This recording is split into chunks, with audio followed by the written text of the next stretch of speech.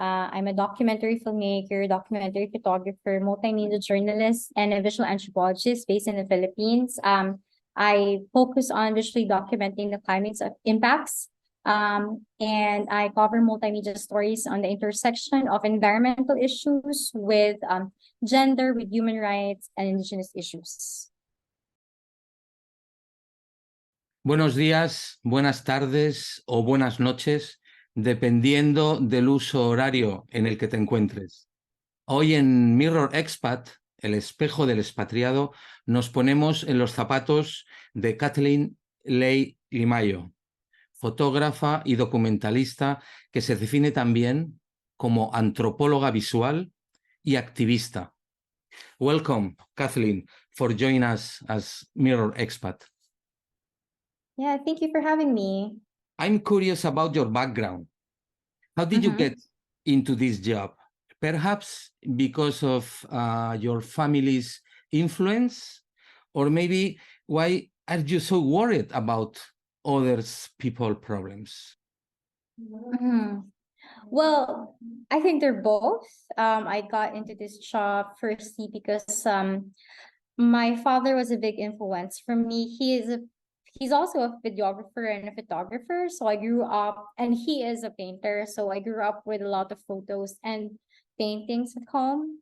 And also growing up, I've always been taught to be mindful of people's situation and help whenever you can. So I think the pull for me to be more involved in not just environmental issues, but in social issues and social justice is also because of my upbringing the upbringing of my parents. And I also grew up in spaces and a university that's very socially active.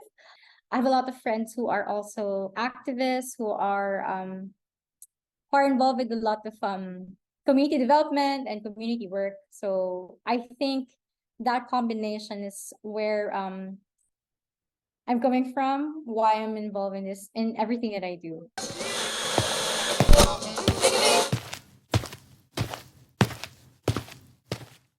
I was in a shoot documenting the reclamation projects in Manila Bay.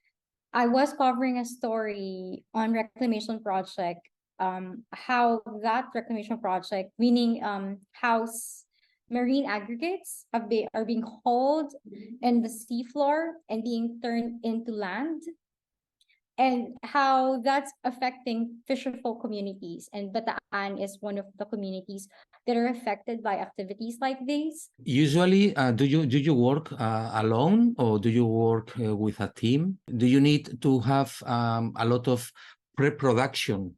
Usually I work alone. If I'm in a shoot, I work alone. I take photos, I take the videos, I do the interviews. But I do work with local community members. So if I'm in a community, I usually talk to the people. I'm being accompanied by local people in interviews and just going around the community and filming and taking photos. But I work with a lot of journalists nowadays, especially for stories, environmental stories. We've seen the impact it makes if we tell long form or stories that have visuals, and there's more engagement, especially with online platforms. It also makes me flexible if I need to be in different places. Just doing it alone helps, and I also travel a lot with smaller gear, less gear than usual filmmakers, because it helps me be flexible if I need to jump on a boat or ride the motorcycle going to the space. I think the key for stories, especially giving context and depth to stories, is to do a lot of pre-production. Knowing the story, knowing the background of the social issue, knowing the context, knowing how is the politics there, what is the dynamics, who are the people involved, what is the power relations there, what are the government agencies that are supposed to be involved in this issue, and who are the local community members who are involved there. So there are a lot of information that you need to at least know before heading on the field and doing the interviews. And is a way for you to know the community, and it's a way for you to know what is happening. It frames how you would write or you would present your story. So knowing that there are dynamics and all of the stories, social issues are not simple. They're very, very complex. And just having that work done, a pre-production of research done before the story starts, the data gathering, the story gathering starts is very important. The context here is that the indigenous community in the Philippines that's against a mega dam project. This indigenous people walked for 9 days from their province to Metro Manila to ask the president to stop the construction of the dam. This dam is very controversial because firstly, it is a dam, it's a mega infrastructure that the aim is to provide to survive water for Metro Manila. And this dam is also controversial because it means that it will be constructed in ancestral land of this indigenous people. In this indigenous people, they would be displaced if this dam will be constructed. We're talking about thousands and thousands of hectares of tropical forest. We're talking about hundreds of species that will be displaced, and you're talking about hundreds of families, of indigenous families that will be displaced. And it won't just be causing biodiversity loss and displacement, but it's also controversial because this dam is actually funded by a loan from China. And the Philippine government, from the Duterte administration until the Marcos administration, has been amassing loans, have been increasing loan intake from China, which a lot of people are actually fearing that we might be in a loan lock or we might be in a debt lock from with China, and that it can influence the political situation in the Philippines. And indigenous people in the Philippines have the Indigenous People's Rights Act, where the law and the government is mandated to protect indigenous people. And that's where the government is failing. And that's why this indigenous people walked for 9 days from their province to Metro Manila to actually to call and clamor against this mega dam project. And then now with the new president, I think he's one of the sons of what about him? Because his father was a dictator. Yep. And how is possible that I think 20 years later, after that, he's ruling the country? His presidency is very controversial. During the election, a lot of Filipinos, particularly who are working for the social justice movement, were dismayed by the results of the Philippine election last year. He is the son of the former dictator who has their family up to now have stolen money and wealth from the Filipino people. They have a lot of bank accounts that they've have aliases under them, and they have massive wealth. And the Philippine election last year was very controversial because this president never showed up in any of the political rallies or even debates. He never had a platform to begin with.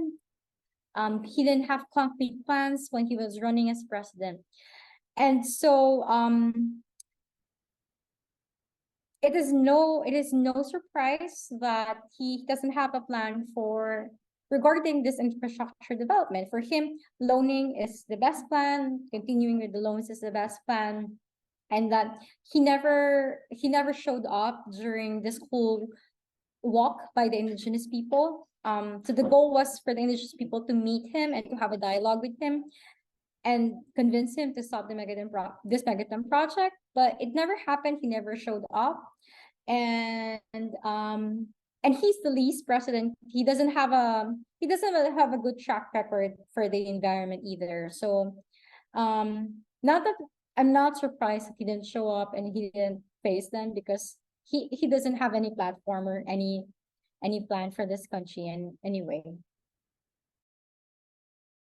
A mother and daughter in Tigtaban Island in Zamboanga City, which is in the south of the Philippines. Tigtaban Island is inhabited by indigenous peoples. They're Samabajao or Sama people. And one of the livelihood as a source of income of these people, the people who are inhabiting Tigtaban Island, is seaweed production. So they plant seaweeds year-round, and this is cultured seaweeds. This is not wild seaweeds. So this is cultured across the whole island. You'll see lines and lines of seaweeds. And during seaweed production, during the whole process of cultivating seaweed, you actually do have women. The role of women in these livelihood is that they would prepare the seedlings, the seeds, for the men to bring them on the seed. And it's also the woman who sorts through. So the photo, you can see that they're sorting through the seaweed that has just been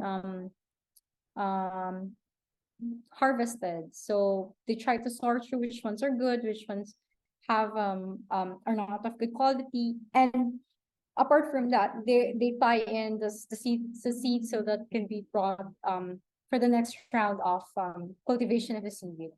Because it is the woman who takes care of the household. It is the woman who takes care of the business of preparation of seedlings, of preparation of the boats.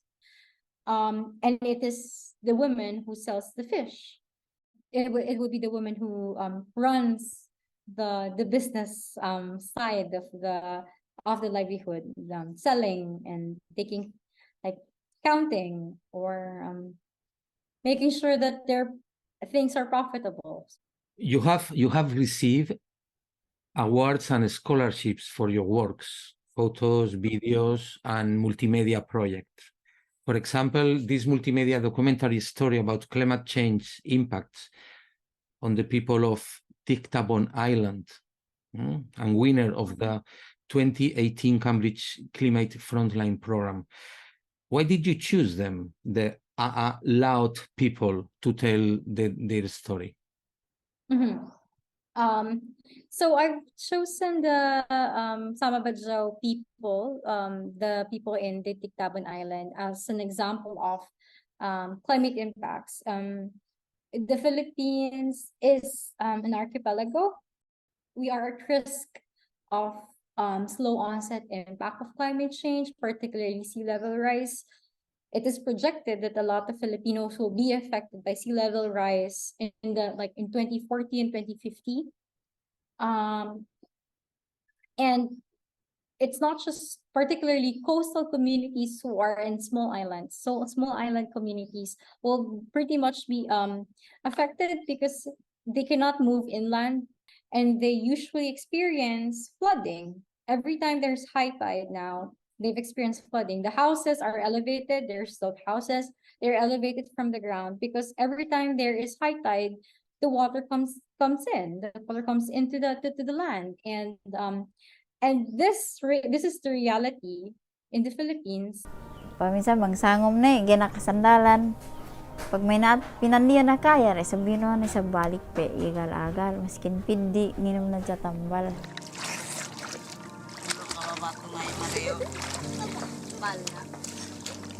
Ika at nagalakal kami, halo. Nilumot tiya sa igandong niya. Na magsa na nilumot, nasusa na kami. Na maski niya sa halo na, nilumot na, kailangan iligan kami nindam alul. This is also a place where they don't have clean water, so they have to bring in water from the system from Zamboanga City. They have to bring in water. There is no electricity, but the communities also has been proactive in bringing in solar that they've DIY'd. There is this negotiation for their future, that they can do something about their future, that they can be flexible, they can be resilient, they can adapt. So particularly for this community, coastal inundation is a reality. Ocean acidification is a reality. And this is precedent. This is something that will be experienced by a lot of coastal communities as a climate crisis worsens. Who take care of these many small communities all around them, the Philippines, with these kind of problems? The political parties, the church, NGOs like 350.org, who take care of all of these people? So you do have government agencies that are mandated to work with communities like this, but in reality, of course, in the Philippines, across all communities, these agencies are not necessarily, I wouldn't say not functioning, but there is a gap in the way poverty is alleviated, in the way crises are being managed. And I guess it's where the churches or non-government organizations come in. It is still important that policies and government agencies still do their job in terms of making sure that these people are less exposed to risks, to environmental risks, or have access to social services that the government is providing. The young people are pushing achieve a better Philippine society. Yeah, the young people are very active in terms of social issues in the Philippines. I'm very glad we have young people who are socially aware of what's happening. Even during the Philippine election, they knew what was happening, and they're very, very keen and well versed about the history of the dictator.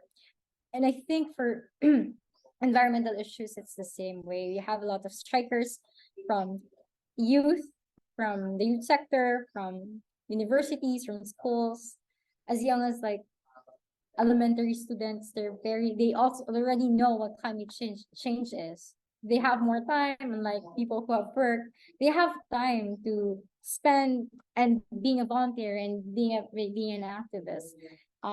They have energy. They can show up in any of activities or like protests or rallies, so they can do that.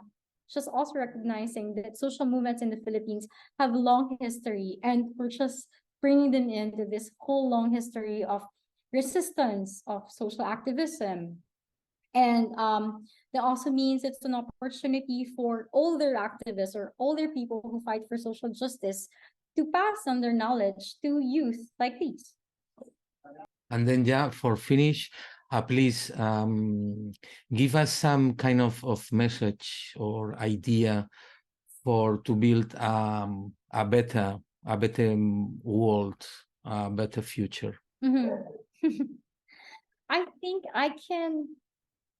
I would be coming from my identity, I guess, as a filmmaker, photographer, a journalist, and an anthropologist. If we want to create the world or another world, or saying that another world is possible, we have to start making sure that the content that we do or the things that we do, these things become history. And whether it's fighting for climate justice, whether it's fighting against misinformation or disinformation, or fighting against the megadam or infrastructure, or all of these things,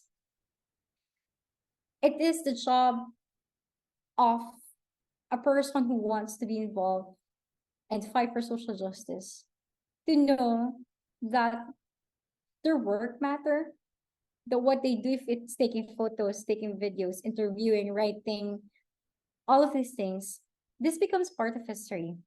And we want to look back once we're old, 20, 30 years ago, that people did something, that people resisted, that people did something against climate change, that people did fight for equality or for against a dictator. And it is not as haphazard as just posting something, but knowing that we are documenting history, that this is going to be part of history, and we owe it to the people in the future, the succeeding generation, to know what is happening. That is a responsibility that everyone has. People need to see more of what's happening on the ground and being less on their screen. You become socially aware if you engage with social issues. If you see it, you hear it, you talk to people who are involved. The social media, the online space can suck you up, can suck up your life, and then your brain cells, and you will be limited. So to create a better world is for you to be in the world, for you to go out, to talk to people, to engage, to resist, to be in movements, to walk, and also like talk. And you basically, yeah, you walk the talk. If you fight for social justice, you're actually on the ground fighting for social justice. And even if there is this lure to be very, very bold and flamboyant online, but the reality is majority of social changes happen offline. Of course. Of course, offline. Okay, Kathleen Lei Limayo, thank you so much for your inspiring job. Me personally, I like it. Your photos, your style, I really like it. And your commitment as an activist. And thank you so much for your time with us. Thank you for having me. Thank you for this lovely chat. Loco. 你们那个老外，国家有没有情况？